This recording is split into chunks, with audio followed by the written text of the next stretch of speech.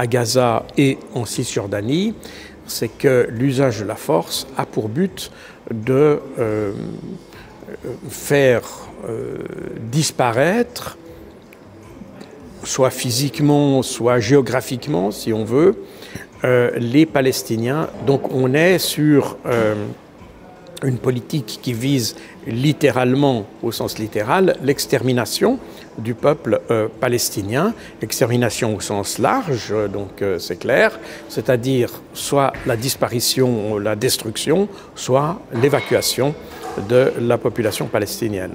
Et c'est la raison pour laquelle l'État d'Israël n'a jamais ressenti le besoin de pacifier la situation.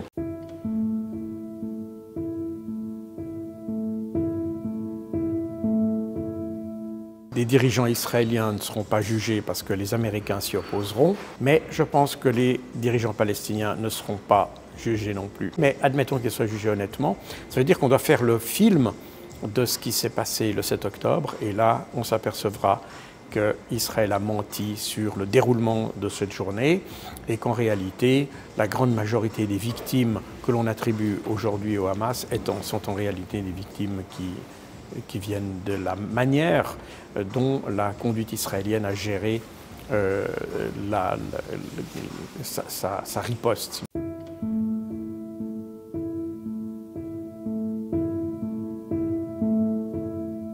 Ça remet Israël au niveau des autres pays en réalité.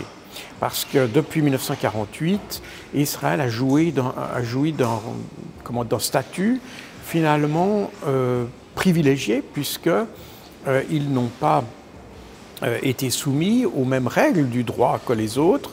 Ils n'ont pas été rendus comptables des crimes qu'ils ont commis, et il y a plus d'une centaine de résolutions des Nations Unies, d'ailleurs, qui condamnent Israël pour les crimes commis. Il est un fait qu'Israël ne respecte pas le droit international, mais il n'a jamais été rendu comptable de ça. Or, pour la première fois, il l'est, et ça, c'est quelque chose d'important.